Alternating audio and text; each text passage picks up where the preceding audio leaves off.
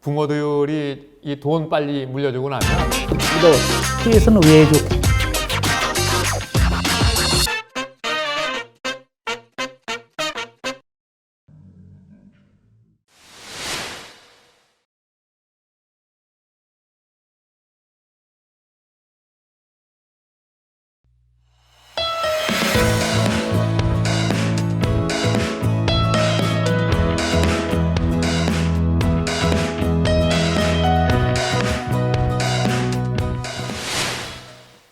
이번에 생각해 볼 주제는 나이 든 분들의 영원한 고민 중에 하나죠.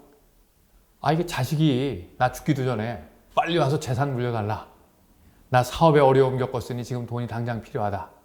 뭐 이런 부탁을 해왔을 때 어떻게 결정을 해야 되는 것인지 굉장히 선택하기 어려운 그런 상황입니다. 오늘 이제 그런 상황을 한번 어떻게 대처해야 현명한 대처가 되겠는지, 또 그런 과정 속에서 우리가 이제 고려해야 될 법률적인 지식, 또 생활의 지식, 지혜, 이런 것들을 우리가 어떻게 활용할 수 있을 것인가 하는 부분을 다뤄보려고 하는데요. 자, 우선 제가 뭐 다른 상황도 마찬가지가 되겠지만 시나리오를 먼저 이제 생각을 해보고요. 시나리오에 맞춰서 우리가 한번 답을 찾아보도록 하겠습니다. 우선 지금 고민을 겪고 있는 분은 최연실 씨입니다. 1952년생이고요. 3년 전에 남편과 사별했습니다. 아들 둘, 딸 둘. 그런데 최근 장남이 사업 실패로 경제적인 어려움을 겪고 있고요. 이 경제적인 어려움을 겪고 있는 장남이 지금 최연실 씨가 농사를 짓고 있는 그 농지를 팔아가지고 그 돈을 미리 상속해달라 이렇게 하고 막 조르고 있는 그런 상황입니다. 지금 최연실 씨는 나 자녀들한테 손 벌리고 싶지 않다 하는 그런 머릿속에 생각을 가지고 있으면서 힘 떨어져서 농사 짓지 못할 때가 되면 이 농지를 농지연금으로 활용해서 연금을 받아서 손 벌리지 않고 살았으면 좋겠다 하는 이런 생각을 가지고 있습니다. 최연실 씨 자산 내역은 거주 중인 집이 시가 2억 정도 나오고 있고요. 그 중에 이제 융자되어 있습니다. 농지, 지금 이제 자식이 막 팔아달라고, 큰아들이 팔아달라고 요청하는 농지는 5억 원 정도의 이제 가격이 나가는 그런 땅이고요. 현금과 유가증권, 이게 이제 평생 동안 비자금으로 모아온 돈인데 한 6천만 원 정도 이렇게 가지고 있는 그런 상황입니다. 이 상황을 머릿속에 이제 한번 생각을 해보면서 한번 답을 찾아가 보도록 하겠습니다. 자, 먼저 우리 최 박사님, 중간에 이런 상황 많이 보셨습니까? 그렇죠. 제가 어렸을 적에 시골에서 보면은 이따금 서울에 가 있는 장남이 뭐 논 팔아가지고 가서 사업하고 싶어가지고 어느 날 갑자기 찾아와서 부모님들한테 논 팔아달라고 뭐 이렇게 해서 막 그냥 뭐 싸움이 일어나고 큰 소리가 나고 이런 걸 많이 봤어요.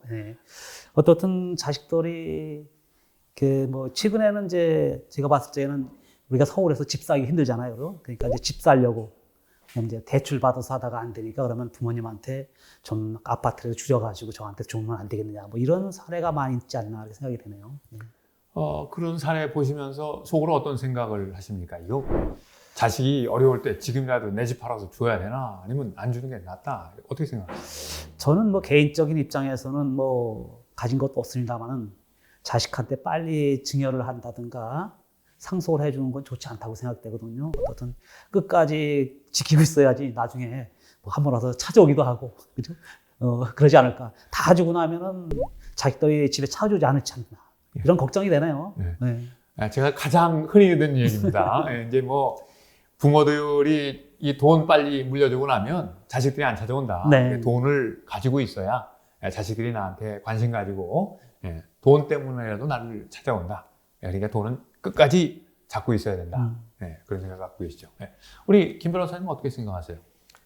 저도 비슷한 생각을 갖고 있습니다. 비슷한 생각인데 지금 최연실 같은 경우는 지금 계산해 보니까 한 2억 1천만 원 정도 재산이 있고 그 다음에 농사를 짓는 분인데 이 장남이 이제 아마 농사를 짓지 않고 도외지로 나가 살고 있는데 이런 경우에 뭐 저나 보통 사람들은 가능하면 늦게 이 재산을 처분하고 싶지만 지금 상황을 보면 아주 장남이 상당히 이 절박한 것 같습니다. 이런 그래 경우에- 보이죠. 사업에 실패했으니까. 네, 이럴 경우에 대부분의 그 부모들은 처음에 굳은 마음은 내가 죽을 때까지 처분하지 말아야지 하지만 아마도 10중 8구면 한 팔아주지 않을까 이런 생각이 드는데 이 가급적이면 이런 상황에서는 팔아주지 않는 게 본인뿐만 아니라 자식을 위해서도 왜냐하면 특히 자식이 나가서 도회지에서 사업해가지고 이거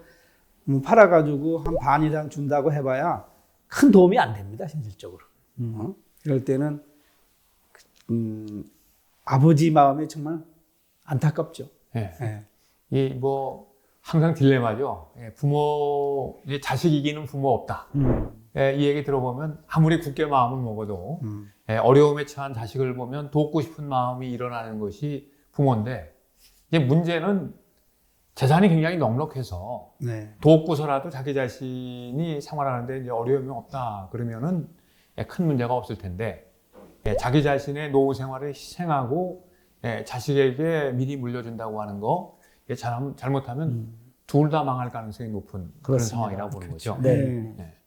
근데 이제 문제는 둘 다 망할 상황이라는 걸 알면서도 자식에게 끌려가는 부모들이 많다. 그렇죠. 그렇죠. 현실이죠. 네.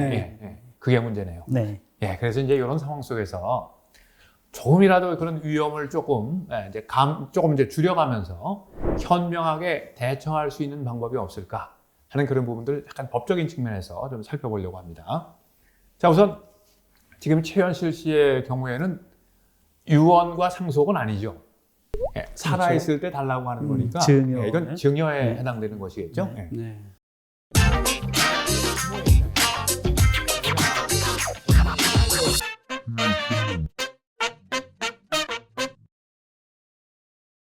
자, 그럼 우리 법률 전문가에게 뭐 이제 질문을 드려야 되겠는데요. 예, 증여는 그냥 말로 너 가져 이렇게 하는 것도 효력이 있습니까? 물론 있죠. 일단은 아. 예. 글을 꼭 써야 되는 건 아니니까. 그러니까 네. 증여할 때는 꼭 뭐 글로 써서 예. 이걸 너에게 준다, 뭐 이럴 필요 없다. 예. 그냥 주고 말로 하면 끝난다. 예. 예. 예. 법적으로 이제 예, 문제가 예. 없다. 증여라는 것은 이제 우리 예. 법률 따지면 이제 계약입니다. 뭐든지 예. 주는 사람하고 받는 사람이 있는데 주겠다 해서 받겠다는 사람이 받겠습니다라고 하면 이게 증여 계약이 되는 거죠. 네. 그러니까 이제 우리가 이제 유언에 대해서 많이 이야기를 하고 있는데 유언은 이제 요식행위가 굉장히 예. 중요하다 이 얘기를 했는데 증여 계약에 있어서는 요식행위라는 게 크게 중요하지 않다. 그렇습니다. 예, 예. 그렇군요. 예. 그러니까 이제 뭐 생각나는 대로 부모가 너 가져. 뭐 이렇게 얘기했는데 말로는 무슨 얘기 못 하냐. 이게 안 그렇지. 통한다는 거죠. 예, 그렇습니다. 그렇군요. 예. 예. 좋습니다. 예. 그다음에 이제 그 다음 질문은 예. 줬다가 나 마음 바뀌었어. 너 준 거 도려내놔. 이렇게 요구할 수 있나요? 얼마든지 할 수 있습니다. 우리 증여는 예. 계약으로 할 수도, 그러니까 서면으로도 할 수가 있고 예. 네. 구두로도 할 수 있는데, 예. 그러니까 서면이 아닌 것이죠. 예, 예, 예. 서면이 아닌 증여는 언제든지 거둬들일 수가 있습니다. 네. 예. 그러니까 자식에게 줬다가 자식이 마음에 안 들면 안 찾아오면 그렇죠. 그죠? 안 찾아오면 예. 그냥. 안 찾아오면 너 가져간 거 내놔. 이렇게 요구할 수 있다는 네. 것이죠. 예. 예. 그렇군요. 그러니까 뭐 증여는 주는 사람의 입장에서 놓고 봤을 때 좀 뭐 쉽게 줬다 뺐습니다. 뺏을 수도 있다. 예. 이행하기 전에. 그렇군요. 예. 근데 이런 경우는 어떻습니까? 이제 증여를 받았는데요. 네. 받은 큰 아들이 제 3자한테 땅을 팔아버렸어요. 예.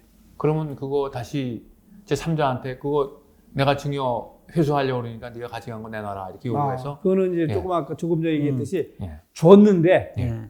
예? 주고 나서는 다시 회수를 못 합니다. 주고 나면 회수. 주고 나서는. 주기 전에는 언제든지 할 수 있는데 예. 주고 나서는 함부로 회수 못 합니다. 특히 예. 그 사람이 다른 데 팔았다든가 예. 이러면 회수 못 합니다. 예. 그게 지금 이제 최현실 씨 예를 네. 들어보면 이 맏아들이 농토를 받아가지고서 아마 바로 현금화를 할 그런 계획이 있는 것처럼 보이니까 아마 제 네. 3자한테 팔겠죠. 그렇죠. 예. 그러면 뭐 최현실 씨가 뭐 아무리 마음을 네. 돌려먹어도 네. 원상 회복이 안 되는. 안 되죠. 예, 예. 그러니까 하여튼 자식에게 물려주는 것 그냥 물려줘서는 안 되는 상당히 심사숙고해야 될 그런 부분이다 생각이 되고요.